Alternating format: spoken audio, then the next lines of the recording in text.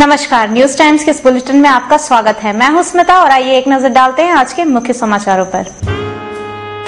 चौका में 3 हार्डकोर नक्सली गिरफ्तार, कई असलहे और बारूद जब्त। मानगो बस स्टैंड में गंदगी का अंबार, यात्रियों को हो रही है परेशानी। और जेएमएम माउंट एवरेस्ट फतेह करने वाले 2 पर्वतारोहियों को 27 जून को करेगा सम्मानित। खबरें अब विस्तार से। पुलिस और सीआरपीएफ के जवानों ने शनिवार को चौका थाना क्षेत्र में संयुक्त रूप से कार्रवाई करते हुए कुंदन पाहन गिरोह के 3 हार्डकोर नक्सलियों को गिरफ्तार कर लिया। उनके पास से कई असलहे और बारूद जब्त किए गए हैं। सरायकेला खरसावां जिले के एसपी उपेंद्र कुमार ने बताया कि पुलिस को दिन में सूचना मिली कि चौका थाना क्षेत्र के रौका और महादेव बेड़ा पहाड़ी के बीच कुंदन पाहन गिरोह के सदस्य सक्रिय हैं। इसी सूचना के आधार पर पुलिस और सीआरपीएफ ने संयुक्त रूप से कार्रवाई करते हुए हार्डकोर नक्सली धुम्बा पहाड़िया और उसके 2 साथियों बुद्धाराम मुंडा व जावेद पूर्ति को गिरफ्तार कर लिया। 22/6/12 तक जिला पुलिस, सीआरपीएफ एवं कोबरा के द्वारा रांची और सरायकेला जिला में उग्रवादियों के विरुद्ध विशेष अभियान चलाया गया था, जिसमें दोनों जिला के संयुक्त अभियान जिला पुलिस और सीआरपीएफ के द्वारा अभियान चलाया गया था। उस अभियान को मेरे द्वारा ही लीड किया गया था।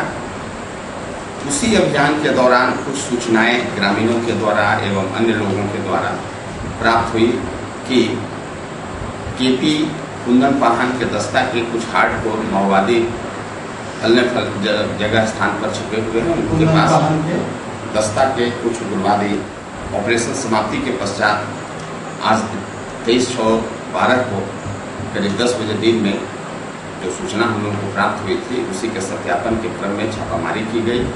छापामारी के दौरान 3 कुंदन पाहन दस्ता के हार्डकोर माओवादी क्रमशः धुम्बा पहाड़िया, जौन पूर्ति एवं बुद्धाराम मुंडा को गिरफ्तार किया गया। इन लोगों के द्वारा बताए गए अनुसार 3 देसी 1 नाली बंदूक, 9mm का 2 पिस्टल का 2 मैगजीन, 6 जिंदा कारतूस। मानगो बस स्टैंड में गंदगी का अंबार लगा हुआ है। जगह जगह लगे कूड़े के ढेर के पास बसें खड़ी रहती हैं। उसी गंदगी के ढेर से यात्रियों को बसों में सवार होना पड़ता है। अब जबकि बरसात का मौसम शुरू हो चुका है, यदि गंदगी को साफ नहीं किया गया तो वहां आना जाना मुश्किल होगा। एक युवक ने बताया कि बस स्टैंड में गंदगी का अंबार लगा हुआ है, उसकी साफ सफाई की कोई व्यवस्था नहीं की जा रही है। बस मालिक टैक्स के रूप में सरकार को भारी राजस्व देते हैं, लेकिन उनकी बसों को खड़ा करने की प्रशासनिक स्तर से समुचित व्यवस्था नहीं की गई है। सरकार के द्वारा बनाई हुई बस स्टैंड इतनी गंदगी है, इसे कभी साफ किया नहीं जाता, न कभी इस पर आके कोई टेक केयर किया जाता है। इसलिए नहीं किया जाता, कोई आते नहीं है, या देखा जाए कि यहाँ पर कोई भी साफ सुथरा के लिए कोई सोच नहीं है। इसलिए नहीं है कि क्यों बताइए, इतने बड़े बस स्टैंड है, यहाँ से कितने टैक्स जमा किया जाता है हर बस के, फिर भी यहाँ पर कोई ध्यान ना दिया जा रहा है। यहाँ पर देखिए हमारे वहाँ पर बस खड़े कादों में, इसके जरिए इतने कादो हो जाते हैं, इतनी गंदगी हो जाते हैं कि यहाँ से महिला या कोई पुरुष शौचालय जा नहीं सकते हैं।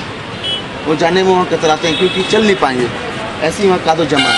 और आधा तक सीट बनाया गया है सीमेंटेड, उसके बाद बनाया नहीं गया। ये हमारे स्टैंड के बरसात के दिन में जो है काफ़ी ज़्यादा परेशानी होती है। इतनी काफ़ी परेशानी होती है कि इसको कहा नहीं जा सकता है। जिस तरह हमारे पैसेंजर लोग, हमारे जितने पैसेंजर बस स्टैंड से, जितने टाटा नगर से जाते हैं, वो बहुत परेशान हो जाते हैं, उनको बहुत तकलीफ होता है। जेएमएम आगामी 27 जून को एक समारोह आयोजित कर माउंट एवरेस्ट फतेह करने वाले 2 आदिवासी पर्वतारोही विनीता सोरेन और मेघलाल महतो को सम्मानित करेगा। यह जानकारी जिला झामुमो अध्यक्ष रमेश हांसदा ने आज पत्रकारों को दी। उन्होंने बताया कि इस मौके पर झारखंड सिनी अवार्ड के विजेताओं को भी पुरस्कृत किया जाएगा। जेएमएम के इस कार्यक्रम को आयोजित करने का उद्देश्य आदिवासी प्रतिभाओं को प्रोत्साहित करना है। इस मौके पर प्रेस कॉन्फ्रेंस में जेएमएम के कई नेता मौजूद थे। फिल्म मिशन के तत्वाधान में हम लोग बीते दिन जो एवरेस्ट की चोटी पर चढ़कर आए हैं, विनीता सोरेन और मेघलाल महतो का हम लोग माइकल जॉन में 27 जून को स्वागत करेंगे। और उनको कुछ नगद राशि भी हम लोग देंगे।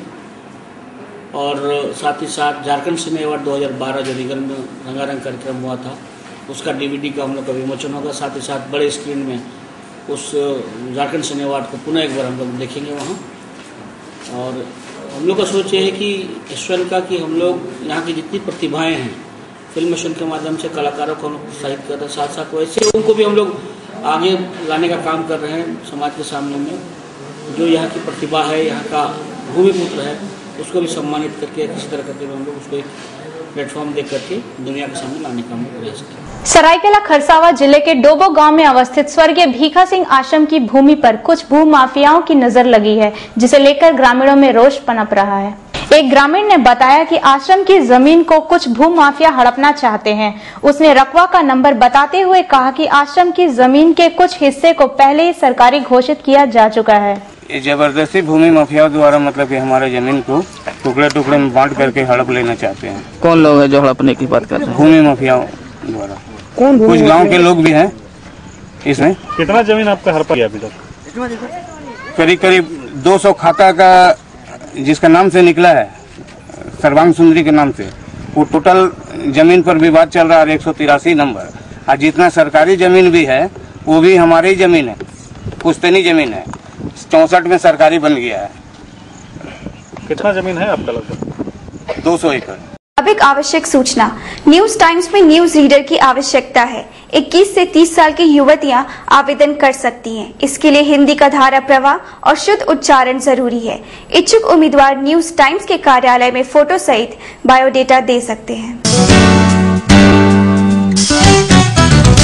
एग्रीको स्थित बाबूडी बस्ती में गांव गणराज्य का गठन किया गया, जिसका अध्यक्ष भोला सांडी को बनाया गया है। उनके स्वागत में बस्ती वासियों ने परंपरागत हथियारों के साथ जुलूस निकाला।